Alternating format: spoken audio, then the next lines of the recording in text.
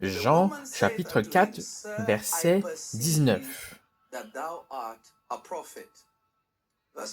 Seigneur, lui dit la femme, je vois que tu es un prophète. Nos pères ont adoré sur cette montagne. Et vous dites, vous, que le lieu où il faut adorer est à Jérusalem. Verset 21. Femme, lui dit Jésus, crois-moi, l'heure vient où ce ne sera ni sur cette montagne, ni à Jérusalem, que vous adorerez le Père.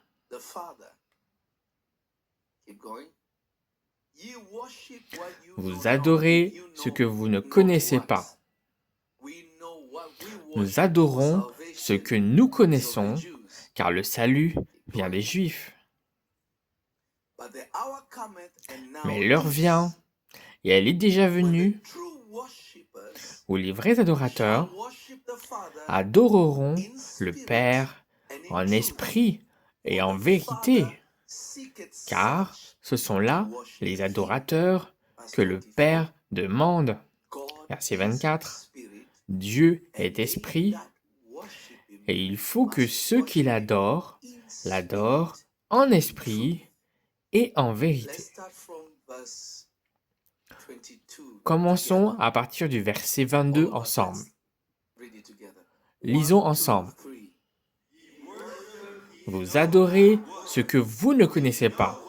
Nous adorons ce que nous connaissons, car le salut vient des Juifs. Mais l'heure vient, et elle est déjà venue, où les vrais adorateurs adoreront le Père en esprit et en vérité, car ce sont là les adorateurs que le Père demande. Dieu est esprit, et il faut que ceux qui l'adorent en esprit et en vérité. Pouvons lire à nouveau ensemble? Dieu est esprit. Lisez avec confiance. Dieu est esprit, et il faut que ceux qui l'adorent en esprit et en vérité. La femme lui dit, je sais que le Messie doit venir, celui qu'on appelle le Christ. Quand il sera venu, il nous annoncera toutes choses. Vous pouvez vous asseoir dans les lieux célestes. Maintenant, je ne vais pas prendre trop de temps, mais je vais vous raconter ce qui m'a transformé complètement lorsque j'étais enfant. Je vais vous révéler le plus grand secret. Je crois que tout ce que je vous enseigne est important, mais ceci a changé ma vie. Je vais vous enseigner quelque chose qui a complètement changé ma vie. Et j'ai découvert cela en étant un petit enfant. J'avais probablement 11 ou 12 ans, lorsque j'ai commencé à faire ce que je vais vous enseigner aujourd'hui.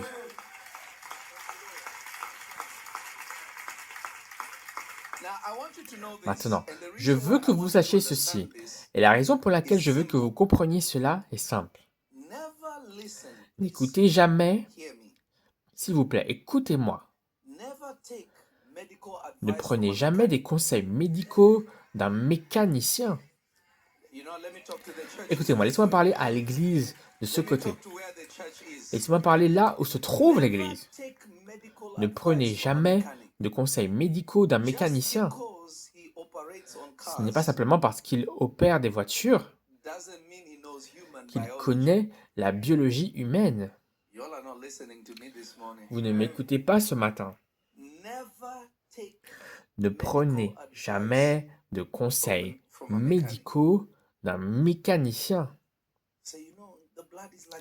Ah, mais vous savez, le sang est comme de l'huile, il doit traverser le moteur. Ne prenez jamais de conseils médicaux auprès d'un mécanicien. Qu'est-ce que j'essaye de dire? Nous vivons à une époque où chaque homme de Dieu veut être l'homme par excellence. S'il vous plaît, écoutez-moi. Qu'est-ce que je veux dire par là? Quiconque prêche Jésus, que vous m'aimiez ou non, je suis de votre côté. Pourquoi? Parce que tant que Jésus est prêché, c'est tout ce qui compte. L'Écriture le dit. L'apôtre Paul a fait preuve d'une maturité exceptionnelle. Il ne cherchait pas à critiquer ce que faisaient les gens, mais même s'il en avait la possibilité. Il faut être désigné par Dieu ou un par le Seigneur. Ses révélations étaient d'une profondeur extrême. Il pouvait repérer la moindre erreur que chacun d'entre nous commettait. Mais qu'est-ce qu'il a dit? Vous savez quoi? Ce qui compte le plus, c'est que même s'ils sont envieux, même s'ils sont en colère, même s'ils sont contrariés, tant qu'ils prêchent Jésus, c'est tout ce qui importe. Si quelqu'un entend que Jésus sauve, que Jésus pardonne, que Jésus est mort pour vous, il comprendra la simplicité de l'évangile. Même si leur intention était mauvaise, le simple fait qu'il vous ait conduit à Jésus peut-être vous tromper un instant, mais parce qu'ils vous ont conduit à Jésus, c'est que votre désir de Jésus, c'est ce désir qui vous sauvera. C'est ce que l'apôtre Paul veut dire. Applaudissez pour cela. Cette idée de veilleurs et watchmen que nous avons actuellement partout sur YouTube est complètement corrompue. Et vous comprendrez cela dans un instant. C'est complètement corrompu cette idée de veilleur. Personne ne protège l'Église sauf le Saint-Esprit. Le Saint-Esprit est le gardien de l'Église, pas les hommes. Un veilleur ou un policier est simplement quelqu'un qui observe ce que Dieu dit et en informe l'Église. Il n'y a personne qui soit le gardien de l'Église, sauf Dieu lui-même. L'Église appartient à Christ et le Christ gardera son Église. Personne ne peut protéger l'Église. Connaissez-vous les pères de l'Église? Ou lisez simplement les évangiles. Lisez l'Ancien Testament. Voyez comment le peuple de Dieu était persécuté. Aucun veilleur ou policier n'a sauvé une nation. Dieu a toujours désigné quelqu'un pour secourir son peuple, car Dieu lui-même est le gardien de l'Église. Le veilleur d'aujourd'hui est quelqu'un qui attend que vous prêchiez, analyse vos enseignements, les extraits et les reprend sur YouTube, et ensuite les critique.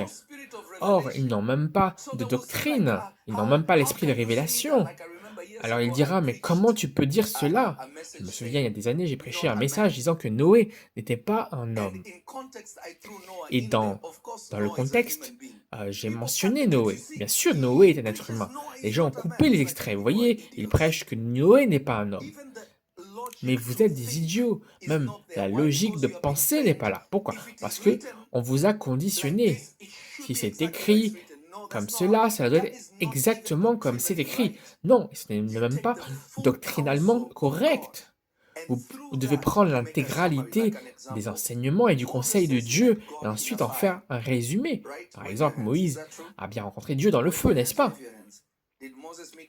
Est-ce que Moïse a rencontré Dieu dans le feu?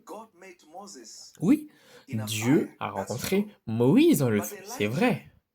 Mais Élie, s'il recherchait Dieu comme Moïse, il aurait raté Dieu parce que le feu est apparu et Dieu n'était pas dans le feu. Donc il n'y a pas de réponse définitive. L'important est que Dieu peut vous apparaître de manière surnaturelle. Comment savoir que c'est Dieu? Comment le savoir? C'est le message, c'est la présence et l'esprit qui anime le message qui vous révéleront que c'est Dieu en vérité. Car vous pourriez dire, je suis allé à la plage et Dieu est sorti de l'eau. Et on vous dira, mais non, c'est un esprit des eaux. Mais quelle est la différence avec le feu? Est-ce que le feu n'est-il pas un élément également? Est-ce que l'eau n'est pas un élément également? Qu'est-ce que je veux dire? C'est qu'on a été endoctriné. Quand on est endoctriné, on dira non, il faut que ce soit le feu. Pourtant, un autre a rencontré Dieu dans un tourbillon. Et encore un autre a rencontré Dieu dans le vent. Et Dieu n'était pas dans le vent.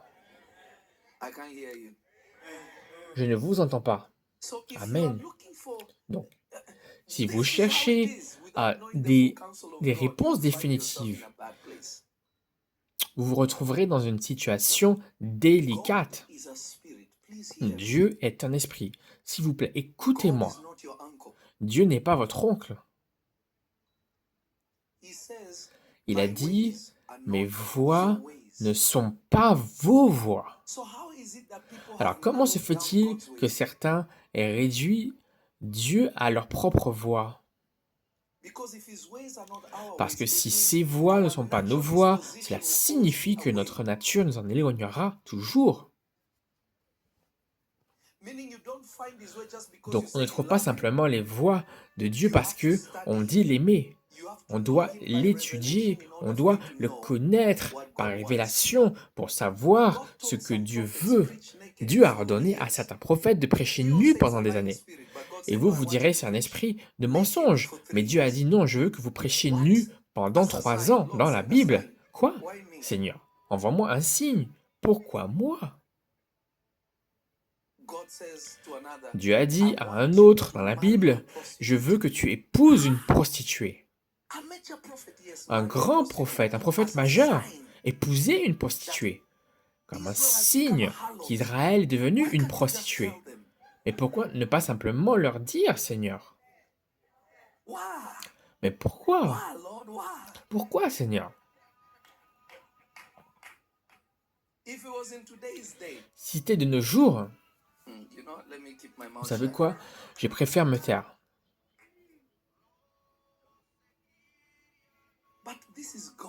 Mais c'est Dieu. Certains diront que Dieu ne ferait jamais ça. Non, vous ne le connaissez pas. Vous ne le comprenez pas. Quand je vous donne des conseils sur des choses spirituelles, viens. Oh, j'ai posté sur les réseaux sociaux pour ton anniversaire et tu n'as même pas retweeté. Joyeux anniversaire. Ah, c'est ma grande sœur, applaudissez-la. Elle s'appelle Ticho.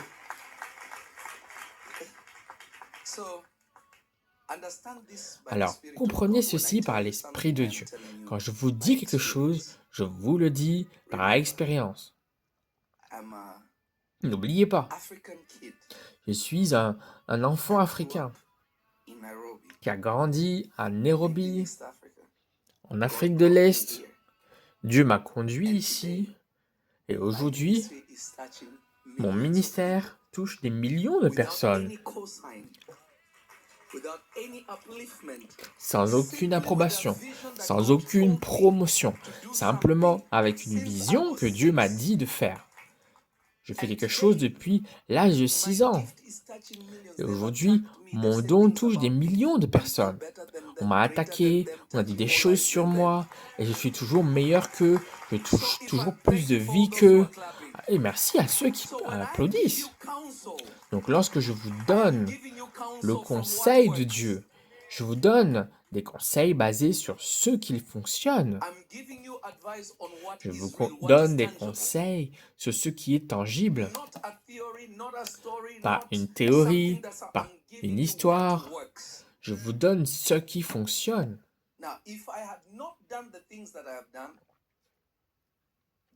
Maintenant, si je ne fais pas ce que je fais, ne m'écoutez pas. Si je vous parle de prophétie, écoutez-moi. Ceux qui connaissent la prophétie, vous savez où j'en suis dans la prophétie.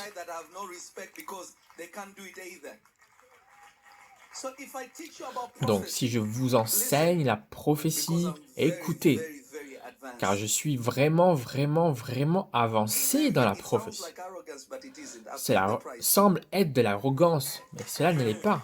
J'ai payé le prix. Alors, si je vous dis que cela est prophétie, sachez que, et si cela n'est pas la prophétie, ou voici comment fonctionne la prophétie, écoutez-moi bien, parce que mes résultats parlent d'eux-mêmes. Amen.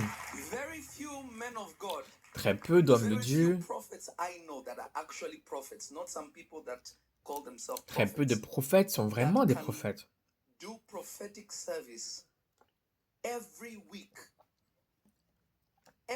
Très peu d'hommes de Dieu peuvent faire des services prophétiques chaque semaine. Chaque semaine. Depuis à peu près 10 ans. Autrefois, ils disaient, oh, il embauche des acteurs. Puis ensuite, ils ont changé. Puis ils ont dit, oh, il utilise des esprits familiaux. Puis ils ont changé. Ils ne peuvent pas comprendre quelqu'un qui peut prophétiser avec précision et confiance depuis des années. Car les gens doivent vous rabaisser pour s'élever eux-mêmes. Alors lorsque je vous parle de prophétie, écoutez-moi bien. En fait, au mois d'août, du 17 au 19 août, l'école prophétique arrive. L'école prophétique arrive.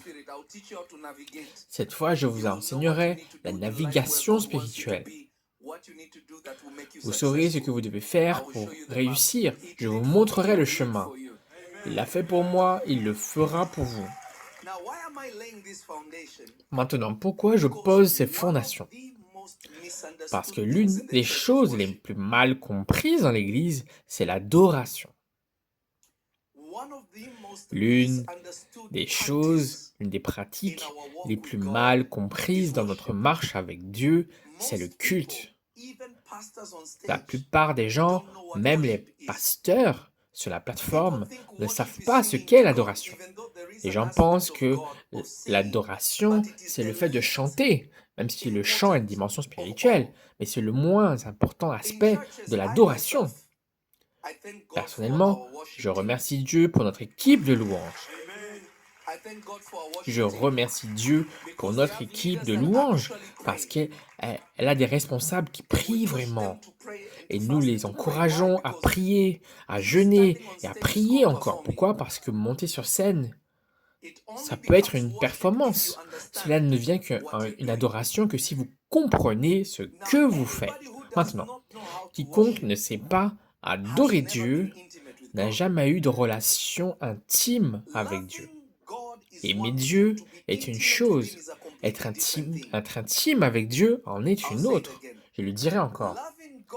Aimer Dieu est une chose, être intime avec lui est encore une autre chose. Un mari et une femme peuvent s'aimer. Je t'aime, oh je t'aime. Oui, ils s'aiment, mais ils n'ont jamais été intimes. Ils se connaissent vraiment uniquement lorsqu'ils vont être intimes, lorsqu'ils s'unissent dans l'intimité. Une alchimie particulière se crée et les choses changent. Leur amour prend une toute autre dimension, une dimension complètement différente. En fait, c'est une statistique réelle. On dit, comment cela s'appelle déjà? On dit que les couples mariés qui ne sont pas intimes finissent par se séparer. Mais comment se séparent-ils? Parce que cette intimité, lorsqu'elle est absente, tout commence à se dissoudre. Car un couple n'est pas viable tant qu'on n'est pas intime sur le long terme. Donc quiconque n'a jamais adoré, vous n'avez jamais compris ce qu'est l'adoration, on n'a jamais eu de révélation intime avec Dieu. On entend souvent, oh, construire une relation avec Dieu. Premièrement, je le répète, c'est impossible. On ne construit pas de relation avec Dieu. Vous savez, oh, mais c'est un faux prophète. Montrez-moi dans la Bible, dit de construire une relation de Dieu. Où on dit cela? Si vous comprenez les Écritures, dans leur intégralité, vous comprenez que c'est Dieu qui nous aimait le premier avant que nous l'aimions. Il nous a aimés alors que nous étions dans le péché, il nous a sauvés du péché, il nous a attirés à lui. Maintenant, nous découvrons cet amour et nous grandissons en lui. Nous ne pouvons rien construire avec Dieu. C'est absurde. Et savez-vous pourquoi il parle comme cela? Parce que c'est le discours et la mentalité de l'Église. Quand je dis Père, je t'aime, je ne dis pas simplement Père, je t'aime. Je dis Père, je t'aime parce que tu m'as aimé le premier. Donc, le contenu de ce que je partage, c'est cette petite révélation. Ce n'est pas simplement oh, je t'aime tellement, Seigneur. Non, non, non, non, non. Ce n'est pas de l'humanité. Ce n'est pas de l'humilité. Nous n'avons aucune capacité à l'aimer. Quand on comprend vraiment notre nature, notre véritable position, cela change beaucoup de choses aux yeux de Dieu. Les gens recherchent toutes ces rencontres. Les gens veulent entendre Dieu. Les gens veulent voir ceci. Les gens veulent voir cela. Mais ils ne comprennent pas. Aucune prophétie, Aucun miracle, aucune délivrance ne commence en dehors de l'intimité.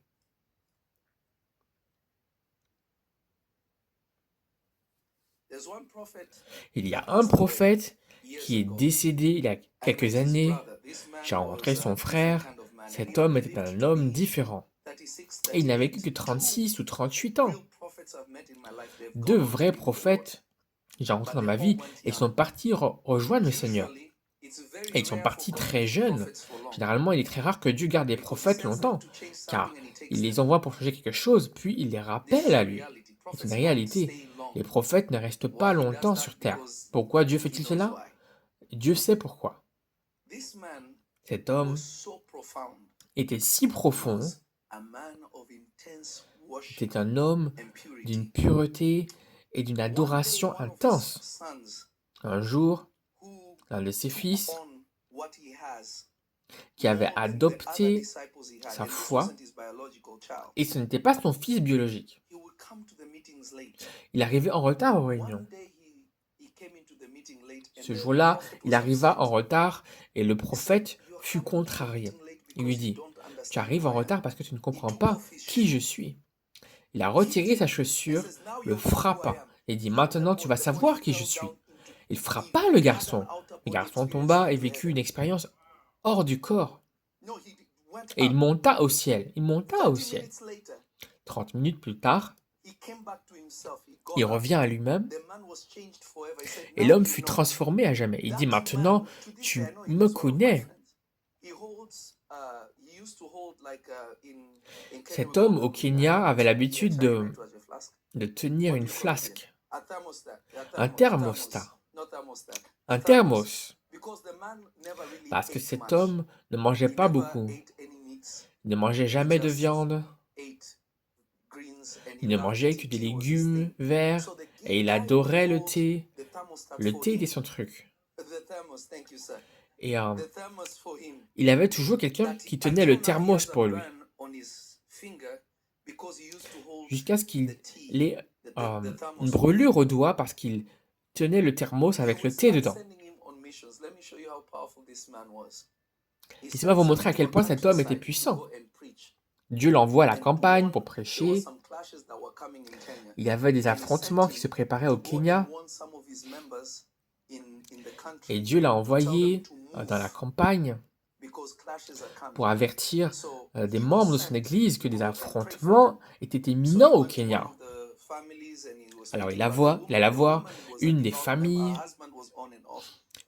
et la femme et le mari étaient très dévoués, mais le mari était un soulard.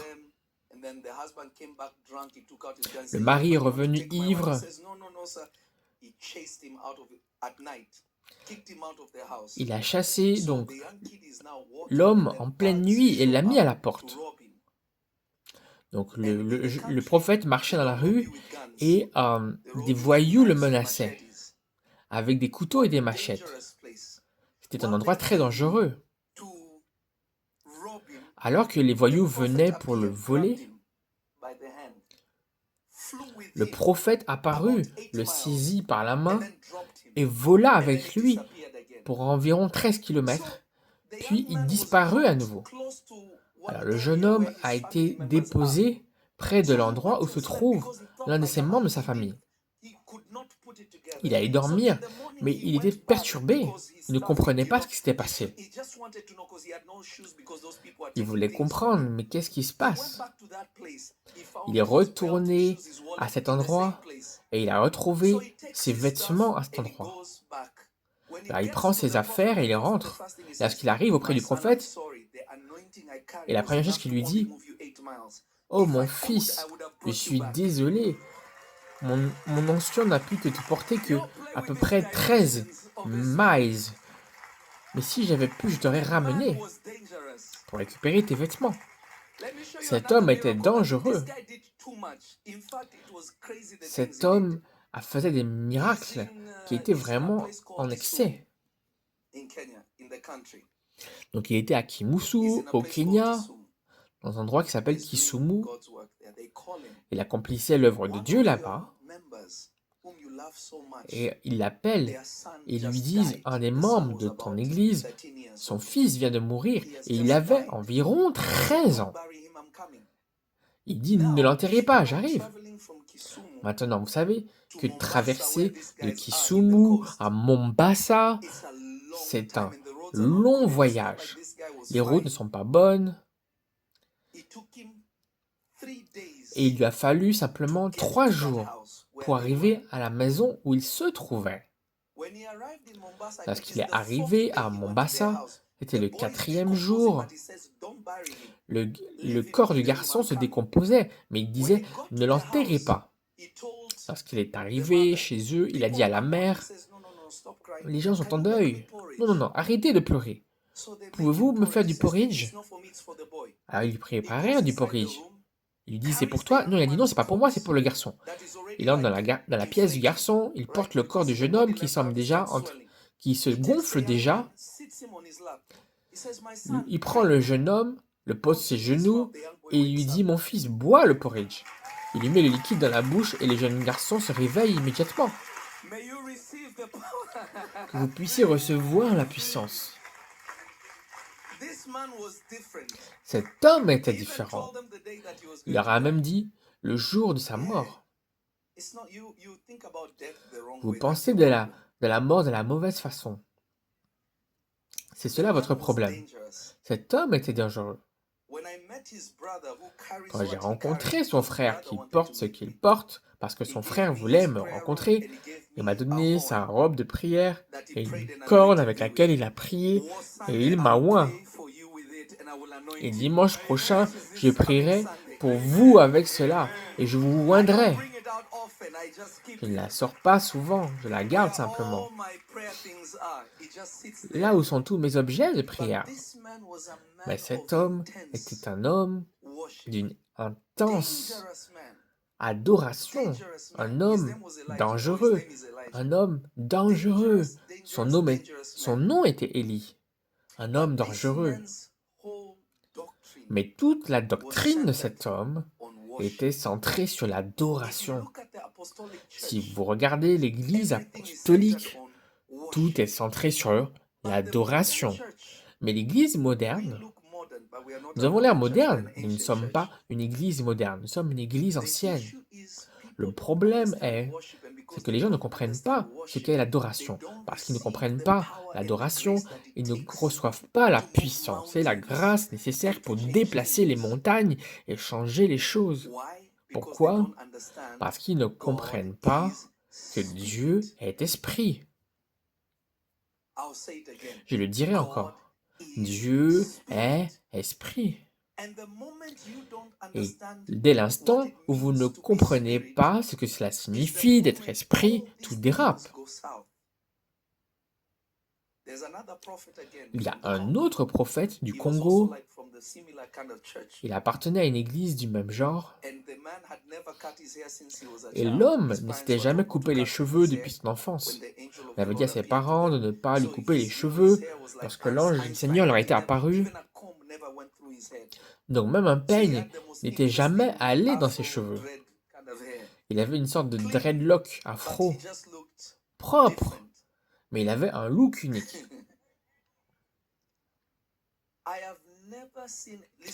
Écoutez, j'ai la grâce de délivrer les gens.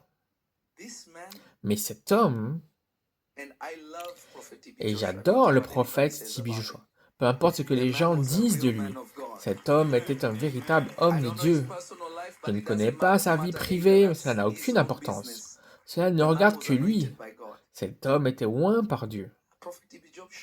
Le prophète T.B. Joshua était un expert en délivrance. Moi aussi, je peux faire des délivrances incroyables. Mais cet homme-là, quand on voyait ses yeux, on savait tout de suite que quelque chose était différent dans cet homme. Donc ce jeune homme n'utilisait jamais d'huile d'onction. Il avait l'impression que cela prenait trop de temps. Alors il utilisait de l'eau. Alors lorsqu'il entrait dans une salle d'adoration, et son message était très simple. Adorer Dieu, aimer Dieu, adorer Dieu. Il entrait dans la pièce, Et il aimait tellement son style d'adoration. Il adorait les saxophones, les trompettes, ce genre de choses. Ça lui rappelait les vibrations célestes. Il avait donc presque une fanfare de musicien. Donc quand il commençait à jouer des trompettes, et que ses fidèles du Congo se déhanchaient, cet homme se levait et disait « Au nom du Père, du Fils et du Saint-Esprit, en aspergeant d'eau les fidèles. Les gens atteints de maladies de peau disparaissaient. Les tumeurs disparaissaient. Il a ressuscité tellement de morts que je ne connais même pas le nombre exact. Mais tous ces hommes avaient quelque chose en commun. Et tous ces hommes m'ont trouvé quand j'étais enfant. Et ils ont prié pour moi. Voyez-vous, mon histoire ne se résume pas à ce que vous voyez.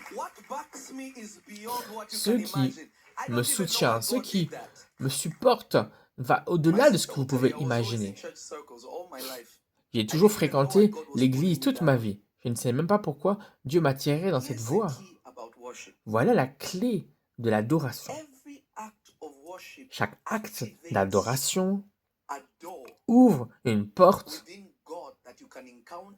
dans laquelle Dieu vous permet de le rencontrer d'une manière plus profonde que vous ne l'avez jamais connu. Si Dieu cherche des adorateurs, Dieu ne cherche pas simplement ceux qui sont disponibles. On entend souvent, Dieu cherche ceux qui sont disponibles. C'est un mensonge. Dieu a dit simplement dans les Écritures qu'il cherche ceux qui l'adoreront en esprit. Autrement dit, le premier critère pour que Dieu vous choisisse et pour qu'il vous utilise, c'est que Dieu vérifie votre capacité, votre révélation pour l'adorer en esprit. Car c'est à la table de l'adoration, c'est dans l'adoration que les rencontres divines avec Dieu se manifestent de façon constante. Quelqu'un dit, avant, j'entendais Dieu, maintenant je n'entends plus. Sachez simplement que leur vie spirituelle et leur vie d'adoration est fracturée, stoppée. Car si je sais, et je m'adresse à des personnes matures en Christ, si je sais comment vous rencontrer, je ne manquerai jamais de comment vous rencontrer. Car j'ai déjà partagé les infos sur comment vous rencontrer et à vous suivre dans le lieu secret afin de pouvoir être constant.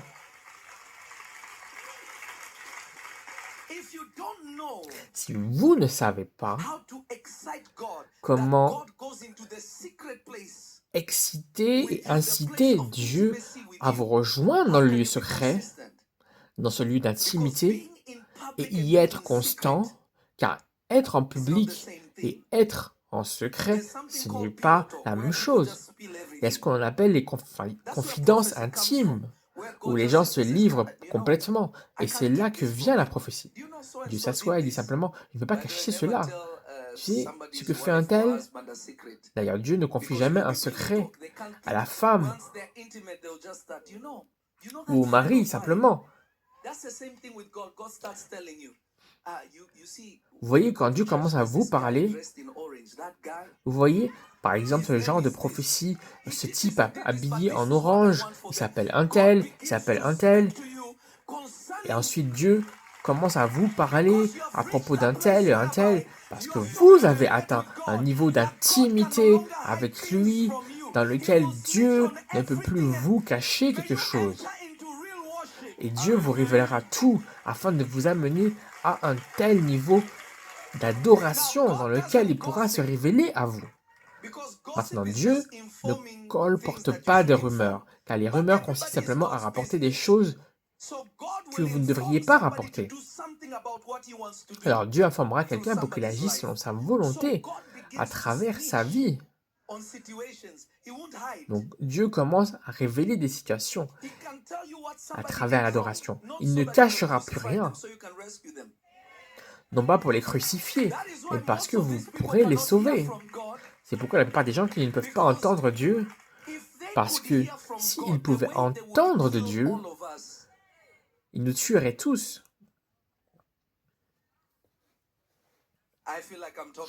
Et j'ai l'impression de parler à moi-même. Comprenez l'adoration comme un art. Vous voyez, est-ce que je parle à des chrétiens matures? Est-ce que je peux parler librement?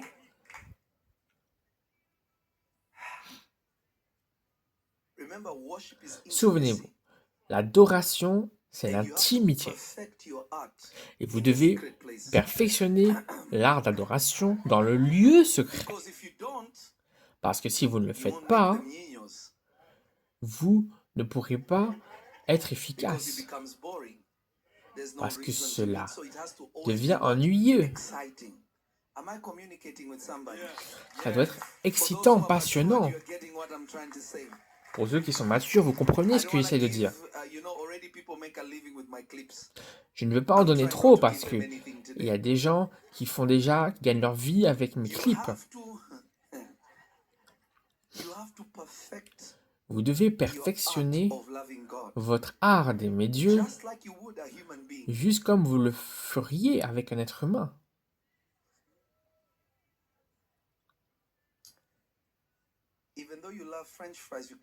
Même si vous aimez les frites, vous ne pouvez pas manger des frites tous les jours.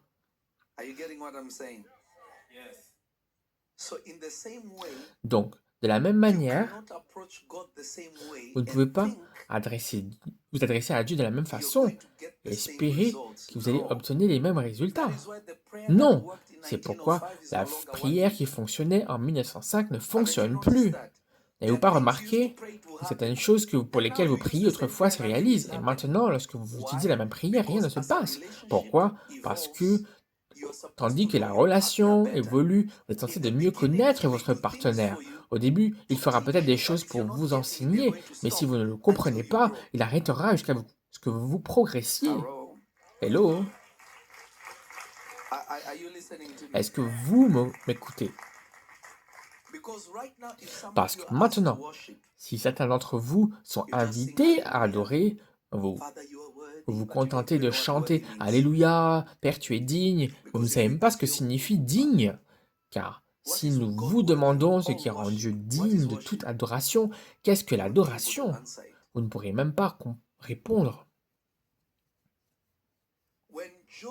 Lorsque Job a tout perdu, il n'a pas fait du combat spirituel. La Bible dit que Job a adoré. Cela signifie que l'adoration n'est pas ce que vous pensez. Parce que comment je peux perdre mes enfants? Comment je peux perdre mes biens? Comment pourrais-je tout perdre? Et la Bible ne dit pas que Job pria.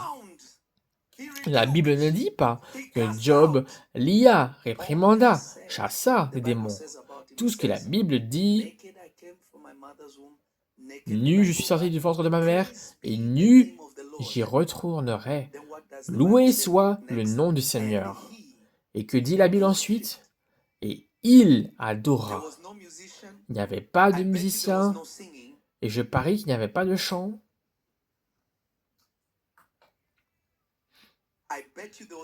Et je parie qu'il n'y avait pas d'Alléluia. Mais quel genre d'adoration offrait-il? Si vous regardez dans les lieux célestes,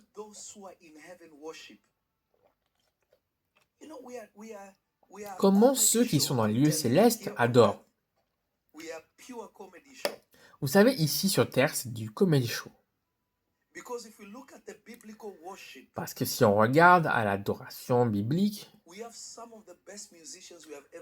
nous avons les meilleurs musiciens de l'histoire. Mais lorsqu'on adore, les gens ne se tiennent même pas debout. Quand Salomon a construit son temple, l'adoration était si intense qu'ils attiraient et maintenaient la présence de Dieu dans le temple, à tel point même que lorsqu'ils entraient dans la présence de Dieu, tout le monde s'évanouissait. Comprenez-vous le niveau de révélation divine, le niveau d'échange divin qui existait à l'époque de Salomon? Donc pas étonnant que la Bible dise que Salomon avait la paix, car l'homme avait compris quelque chose. Si je peux maintenir le culte, je peux maintenir sa présence. Si je peux maintenir l'adoration, je peux maintenir sa présence. L'absence du fait de maintenir la présence de Dieu est due à l'absence d'adoration. On entend les chrétiens dire « je suis allé à l'église » et le service d'adoration était bof. Non, c'est vous le problème. Vous n'avez pas compris ce que je dis. Parce que l'adoration n'est pas ce que fait le groupe de musique. C'est ce qui émane de vous. C'est ce qui repose sur vous. Afin qu'à chaque fois que vous vous déplaciez avec cette présence, et cette présence est maintenue, cette présence est devenue votre enveloppe. Elle est devenue votre couverture. Elle est devenue votre couverture. Elle est devenue votre couverture. Oh, les services d'adoration étaient terribles. Et pourquoi tu n'as rien fait? Alors, tu attends que quelqu'un d'autre soit intime avec Dieu pour te rendre intime avec Dieu. Mais c'est à toi d'être intime avec Dieu. Mais si vous dépendez de quelqu'un d'autre pour être intime avec votre partenaire, c'est que vous n'aimez pas votre partenaire. Et je sais que cela a blessé quelqu'un et je suis heureux car vous êtes délivrés. Regardez ces gens, regardez comment ils sont dynamiques. Ils applaudissent. Vous pouvez parler en langue autant que vous voulez. Cela ne signifie rien. Nous avons complètement mal compris cela. L'adoration est équivalente à de l'encens. C'est pourquoi la Bible parle de l'encens au ciel. Ok. Les insensés pensent que l'encens est de la sorcellerie. Ce n'est pas le cas. Si vous allez dans les églises apostoliques, ils brûlent encore de l'encens. J'allume de l'encens tout le temps. Dans ma salle de prière, l'encens au Liban est toujours là. Dans ma maison, il y a de l'encens. Je n'en ai pas honte. Jésus appréciait l'encens. Et il m'arrive d'en mettre chez moi. Dans la culture éthiopienne, chaque fois que je demandais à ma sœur Betty de venir me faire un café, on ne prend pas de café sans encens. C'est de la culture. Mais vous ne comprenez pas le lien entre l'encens et l'adoration, au point que l'Église pouvait simplement allumer de l'encens. Au point que dans l'Ancien Testament, on dise « Mais pourquoi osez-vous allumer de l'encens pour d'autres dieux ?» Donc, quelqu'un qui ne pratique pas l'adoration n'a pas compris les enseignements. Si vous passez près d'eux, il n'y a pas d'odeur, il n'y a pas d'arôme, car l'encens a une odeur, l'adoration a une odeur. Ils entrent dans une pièce et ils la transforment complètement, au point qu'on en sente « Ah, ça c'est Dieu !» Mais vous êtes assis à côté de quelqu'un et on s'en fiche de vous, simplement parce que vous n'êtes pas un adorateur. Et vous savez quoi? Dieu ne cherche pas des gens comme vous. Vous êtes peut-être sauvés, mais Dieu ne cherche pas des gens comme vous. Je sais que cela semble douloureux, et cela vous devrait vous faire mal, afin que vous changiez. L'Église est remplie de gens, écoutez-moi, qui viennent à l'Église pour présenter et exposer leurs problèmes, mais non pas pour adorer Dieu. Ils ne savent pas que la solution à leurs problèmes réside dans l'adoration. Lorsque vous brûlez pour Dieu, lorsque vous êtes rempli de l'encens de Dieu, qui est l'adoration, les démons ne peuvent pas vous repérez de loin et ne s'approcheront pas de vous, car ils savent que Dieu est dans ce lieu. Lorsque vous marcherez, les démons savent que quelqu'un arrive. Ils sentiront l'odeur de l'adoration, l'odeur de l'encens.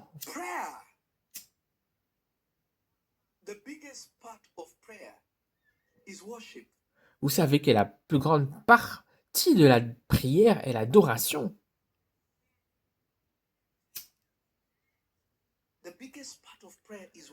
La plus grande partie de la prière est l'adoration.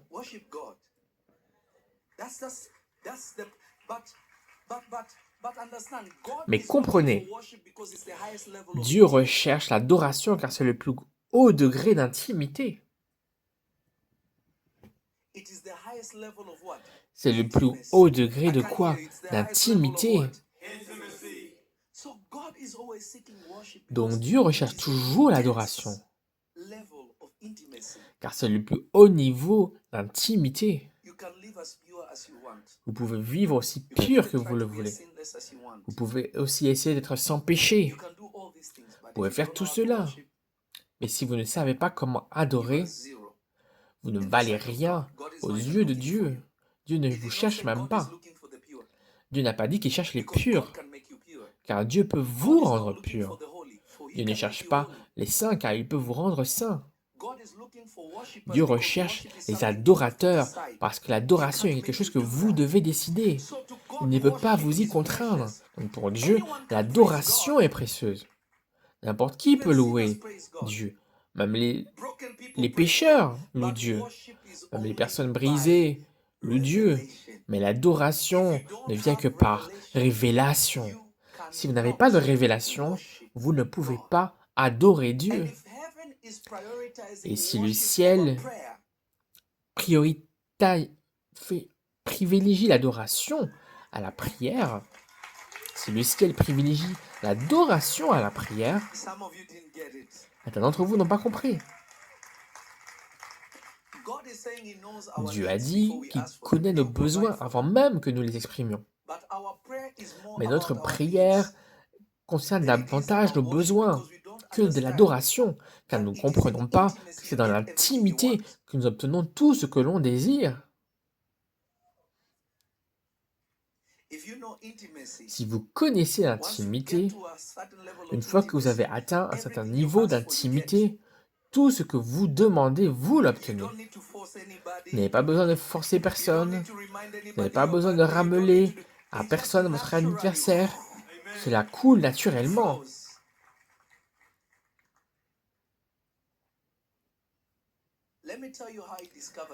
Laissez-moi vous dire comment j'ai découvert cela. Et je vous donnerai différentes façons d'adorer Dieu, car je n'ai que quelques minutes. Quand j'étais un petit garçon,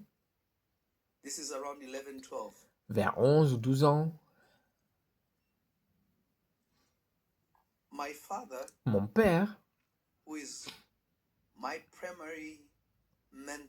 qui est mon principal mentor, mon principal fondateur, parce que mon fondateur, c'est aussi mon oncle, pasteur Simon, qui était un prophète, qui avait une grâce de délivrance incroyable, un homme extraordinaire. Il avait un livre intitulé « Comment entendre la voix de Dieu ». Un jour, je lui ai pris ce livre. Il avait tellement de manuels. Depuis que je l'ai connu, il avait tout le temps des manuels qu'il écrivait. Il me dit, la prochaine fois que tu viens me visiter, j'aimerais qu'on passe du temps ensemble. Et je veux juste qu'on se détende ensemble.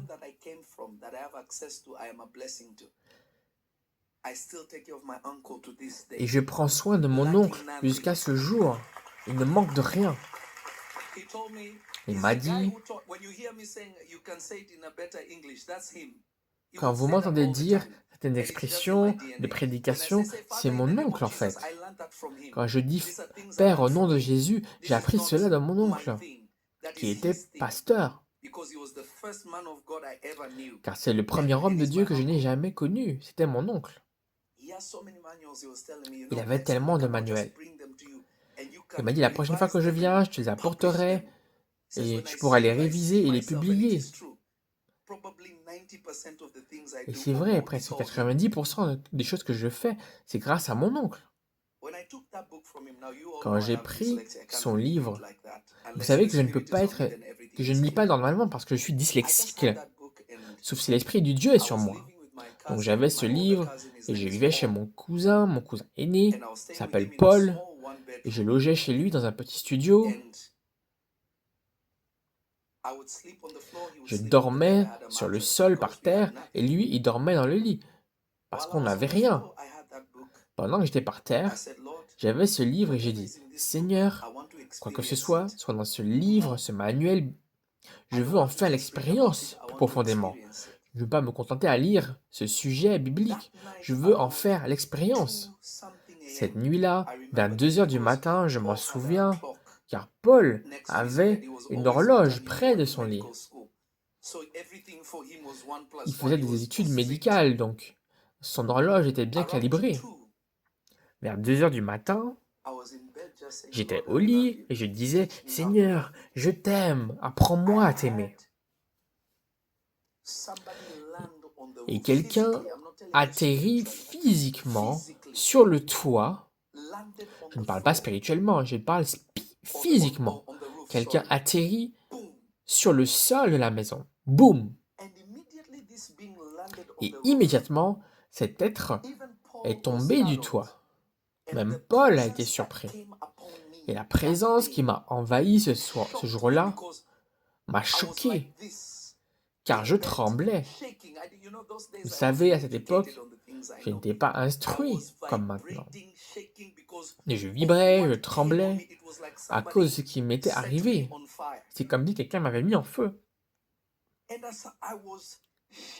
Et tandis que je tremblais, j'ai commencé à entendre des anges chanter. Mes oreilles étaient ouvertes et j'ai commencé à entendre des anges chanter et adorer Dieu. Et je ne savais pas que j'avais commencé aussi à prier et à adorer avec les anges. Paul s'est levé du lit, il m'a arraché le livre des mains et m'a secoué et il m'a dit, je ne peux plus te laisser avoir ce livre parce que cela l'effrayait. Alors, il m'a dit, tu dois arrêter cela, c'est bizarre. Et il a pris le livre de mes mains. Cette nuit-là, je n'ai pas pu dormir, car j'ai eu cette situation, cette expérience hors du corps. Et donc, suite à cela, je m'enfermais dans ma chambre. Je m'enfermais donc dans ma chambre. C'est mon histoire, je vous le dis. Je m'enfermais dans ma chambre suite à cela. Je me mettais à genoux et je commençais à prier et à chanter ce que les anges chantaient. Un véritable feu physique. Je ne parle pas d'un feu spirituel. Le Seigneur Jésus est mon témoin. C'est comme si un immense cercle m'enveloppait et tournait. À l'époque, quand cela arrivait, je me levais et j'allais prendre l'air parce que j'avais l'impression de ne plus pouvoir respirer. Et puis quand cela se calmait, je me disais, je prierai à nouveau le lendemain. Petit à petit, j'ai appris à augmenter ma capacité à tolérer cette atmosphère. Et maintenant, même maintenant, lorsque je commence à prophétiser, le feu parfois revient autour en cercle au-dessus de moi. Oncle Chaz l'a vu, Lee, mon aide l'a vu. Et je sais que parfois je sens à nouveau cette chose lorsque je prophétise. Donc je me suis dit, est-ce que les autres pourraient le voir également? Et j'avais un ami qui aimait aussi Dieu. L'un d'eux était vraiment excentrique. Je leur ai dit, veux-tu prier avec moi?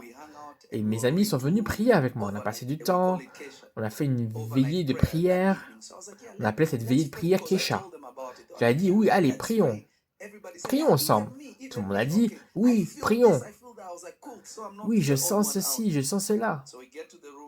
Donc, On allait dans la pièce, on a fermé la porte, je me mets à genoux, je commence à prier, tout le monde prie, et j'ai vu, et j'ai entendu. Tout d'un coup, les gens qui sont avec moi dans la pièce, ils veulent partir, c'est trop intense. Et cela m'a choqué. Ils ne pouvaient pas le voir, donc le feu, mais ils le sentaient. Et ils m'ont dit non, non, non, c'est trop, on sort. Et les autres ont essayé de rester jusqu'à ce qu'ils disent non, non, non, non, ça suffit, mec. Et là, j'ai compris. Ah, ça, c'est la clé. Et je n'ai jamais lâché cette clé depuis. Cette clé est la clé que j'utilise dans les salles pour les conférences, pour délivrer les gens.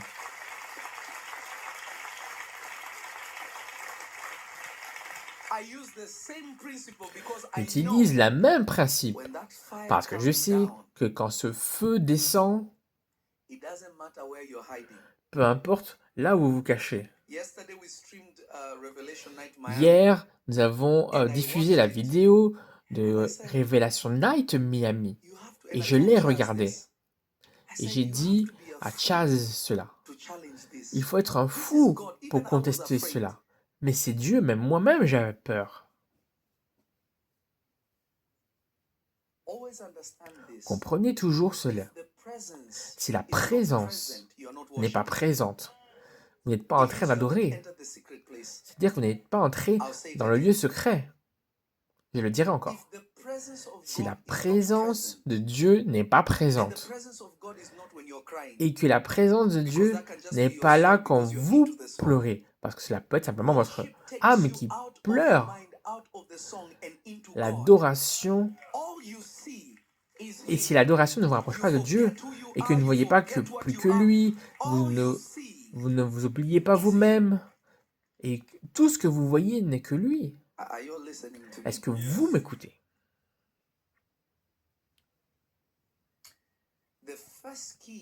La première clé pour activer la vraie adoration est l'honneur.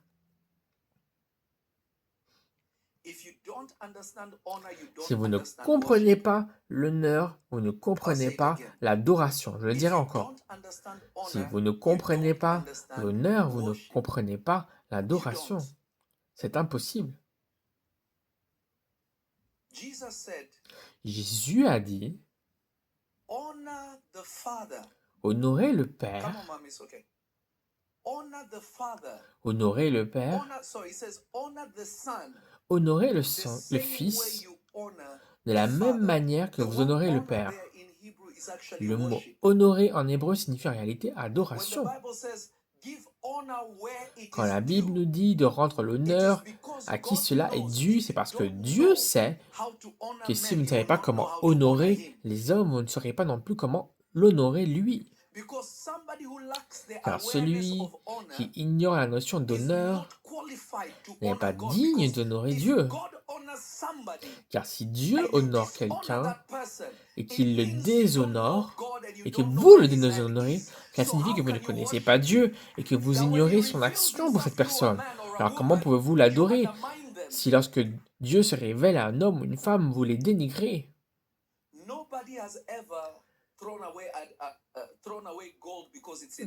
Personne n'a jamais jeté de l'or par terre parce que cet or est dans la boue. Même si l'or est dans la boue, vous savez qu'elle est précieuse. Vous pouvez simplement la laver et ça restera de l'or. C'est de l'or dans la boue, c'est de l'or dans le feu, c'est de l'or en dehors de tout cela. Car les hommes dans l'église aujourd'hui, les hommes et les femmes dans l'église aujourd'hui sont aveugles et charnels, ils ne voient pas au-delà de la chair, ils ne comprennent donc pas l'honneur.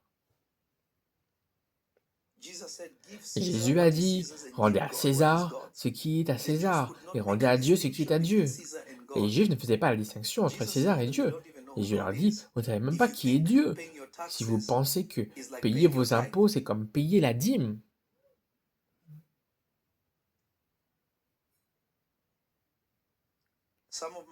Certains de mes fils et de mes filles spirituels me voient, saluent et s'inclinent.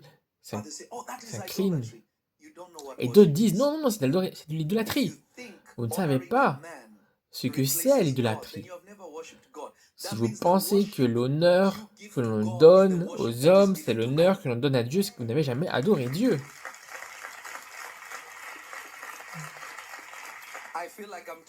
J'ai l'impression de me parler à moi-même. Quiconque ne comprend pas l'honneur ne sera jamais bon dans l'adoration.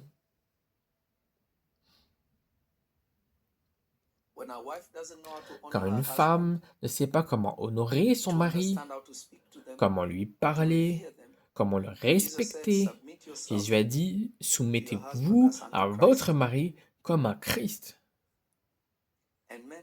Et vous les hommes, aimez vos femmes comme Christ a aimé l'Église.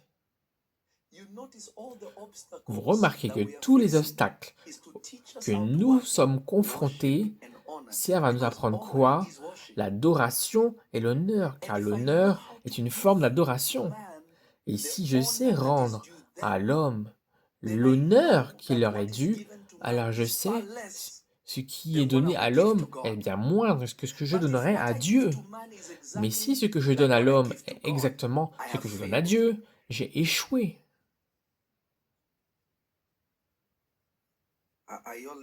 Est-ce que vous m'écoutez? Si vous allez dans les églises apostoliques, vous verrez des icônes. Dans les églises des saints, les églises plutôt apostoliques, vous verrez des reliques comme les ossements des hommes de Dieu, les vêtements d'hommes de Dieu. Ils honorent ces reliques, car ils savent qu'en honorant ces hommes de Dieu, ils honorent le Dieu qui les a oints. Dans l'acte d'honorer est simplement le début de l'adoration. Les trois rois mages, quand ils sont venus adorer Jésus, que sont-ils venus faire? Ils sont venus l'adorer. Hérode disait, quand vous l'aurez trouvé, faites-le moi savoir afin que je puisse faire quoi? L'adorer, l'honorer, pour lui rendre hommage, lui apporter des cadeaux qui représentaient qui il était. Le cadeau qu'ils offrirent à Jésus était des cadeaux que l'on donnait au roi à l'époque. L'honneur, écoutez-moi, l'honneur. Un homme prêche depuis des années. Des pères comme T.D. Jakes, des pères comme Kenneth Copeland. Oui, ils ont peut-être fait quelques erreurs, cela ne me regarde pas. Des pères comme Benny Hinn, peut-être qu'ils se sont trompés. Vous avez vu comment Dieu s'est servi d'eux. N'avez-vous pas peur de parler négativement d'eux? C'est l'absence d'honneur. Cela ne signifie pas que quelque chose de mauvais ne peut pas être remarqué, mais cela doit être fait de façon honorable. Dieu n'aime pas lorsque vous maltraitez ceux qu'il a choisis. Il vous déshonorera. Il vous déshonorera. L'absence d'honneur a ruiné l'avenir de nombreux hommes et de femmes de Dieu. L'absence d'honneur a détruit tant d'hommes et de femmes de Dieu. Tant de hommes et de femmes de Dieu. Genèse, chapitre 22 et verset 5.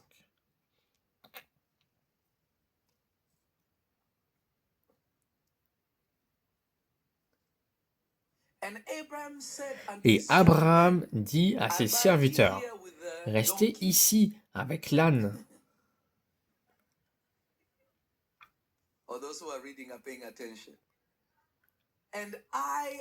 Et moi et le jeune homme, nous irons jusque-là pour adorer, et nous reviendrons auprès de vous.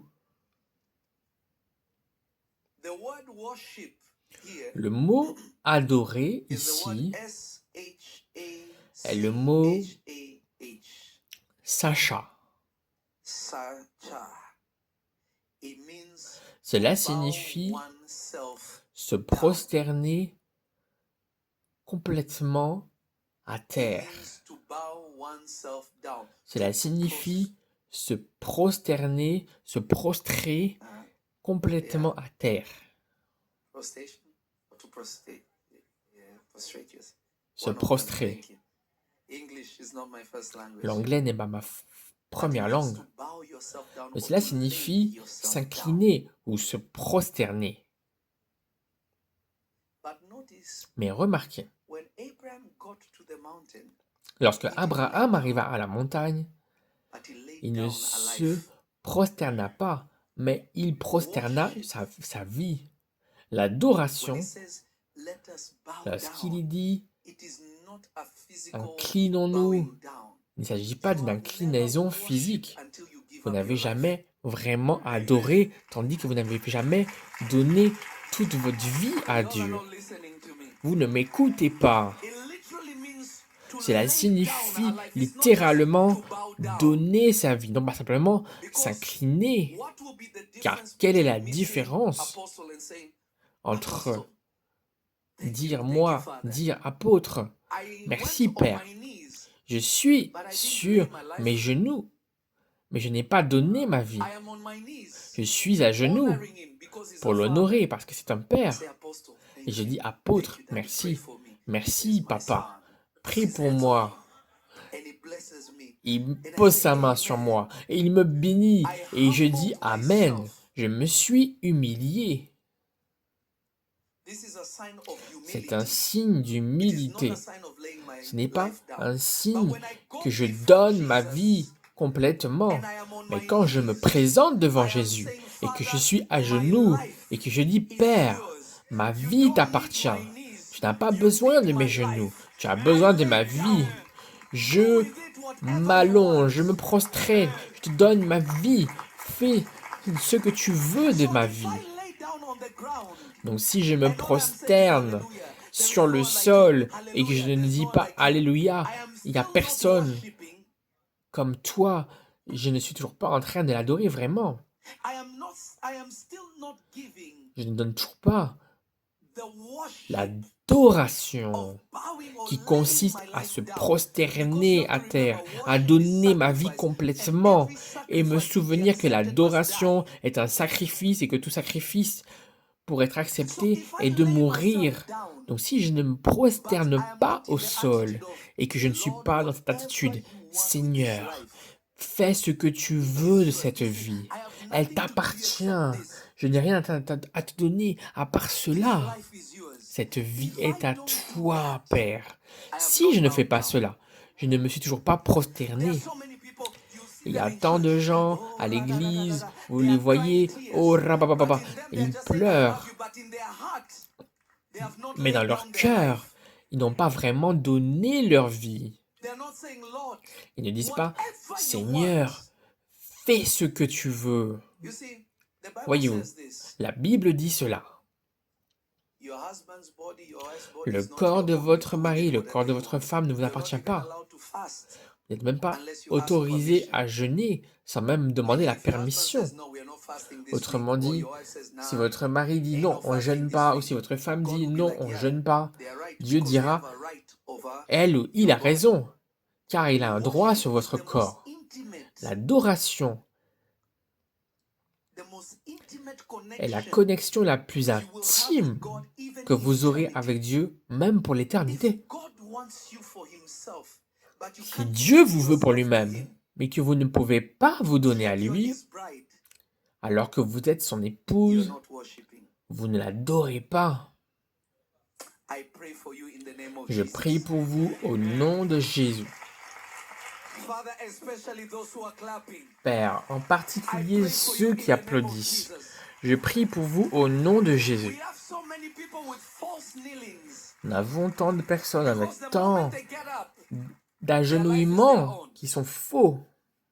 Et puis lorsqu'ils se relèvent, leur vie leur appartient. Cette même prosternation On la voit également avec les 24 anciens en présence de Dieu. Ils pratiquent la même adoration car ils ne peuvent pas mourir.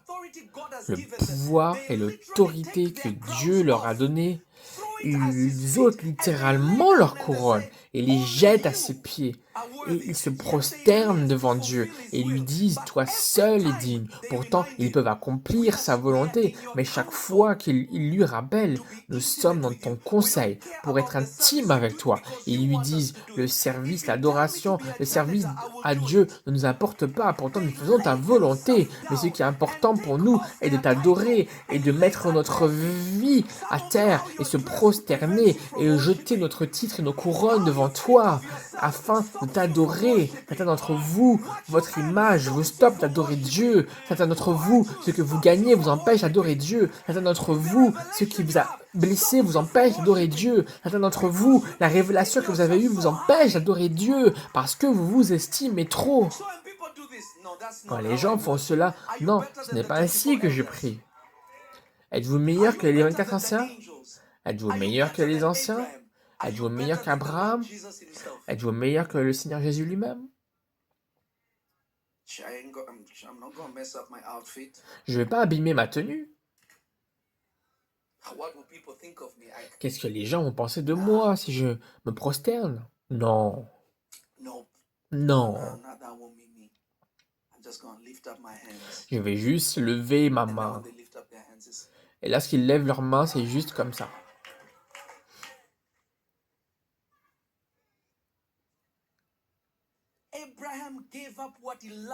Abraham a renoncé à ce qu'il aimait le plus. Il a donné sa vie. Et qu'est-ce que Dieu a répondu? Maintenant, je sais que tu m'aimes. Si vous ne pouvez pas donner votre vie en adoration, Dieu ne sait pas que vous l'aimez. Vous ne pouvez pas lui dire que vous l'aimez. Cela ne signifie rien. L'obéissance que Dieu désire avant tout se manifeste dans l'adoration. Car si vous ne pouvez pas lui obéir dans l'adoration, là où il vous l'exige et que vous le rejetez, alors vous pensez qu'il veut simplement que vous fassiez certaines choses. Ceux qui sont mariés depuis longtemps le savent.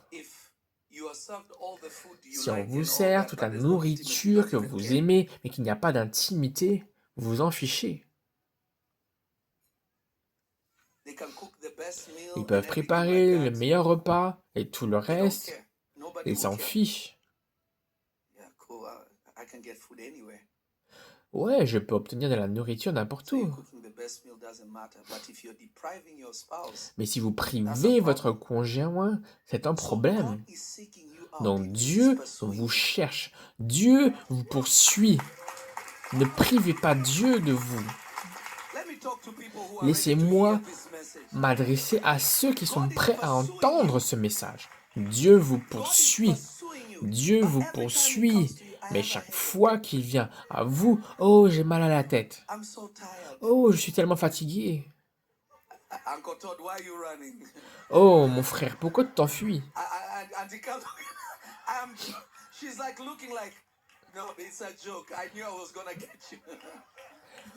Non, c'est une blague.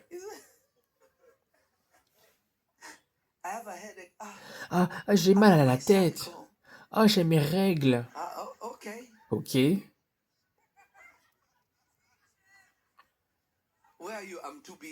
Mais où es-tu? Je suis trop occupé. Mais ce que j'essaie de vous dire est ceci. Dieu recherche. Le mot chercher signifie ici poursuivre. Lorsqu'il dit Dieu, je cherche ta face, cela signifie Dieu, je te poursuis. Donc Dieu poursuit certains d'entre vous. Lorsqu'il veut vous emmener dans le lieu secret, vous trouvez des excuses. Mais quand vous avez besoin de lui, vous avez besoin de lui.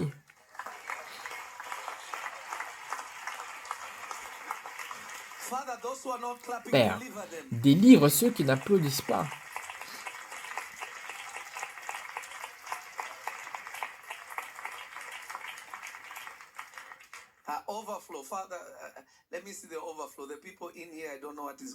Père, laissez-moi voir la salle annexe. Je ne sais pas comment sont ceux qui sont dans la salle principale. Let me see my overflow people. Laissez-moi voir les gens de la salle annexe, s'il vous plaît. You all are showing me the main sanctuary. I asked for media. Watch them show it later.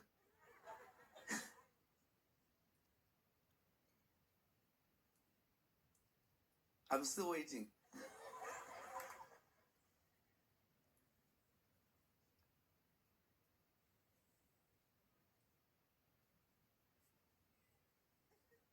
Okay, I think they're having technical issues. It's okay. I can feel you in spirit. So understand this. Donc comprenez cela par l'Esprit de Dieu. Worship. There's the level called the name I gave you. Say it again. It means to bow down, but the English word is not making it justice. Say it. Shakach. Thank you. Whatever Benny says, but don't trust her.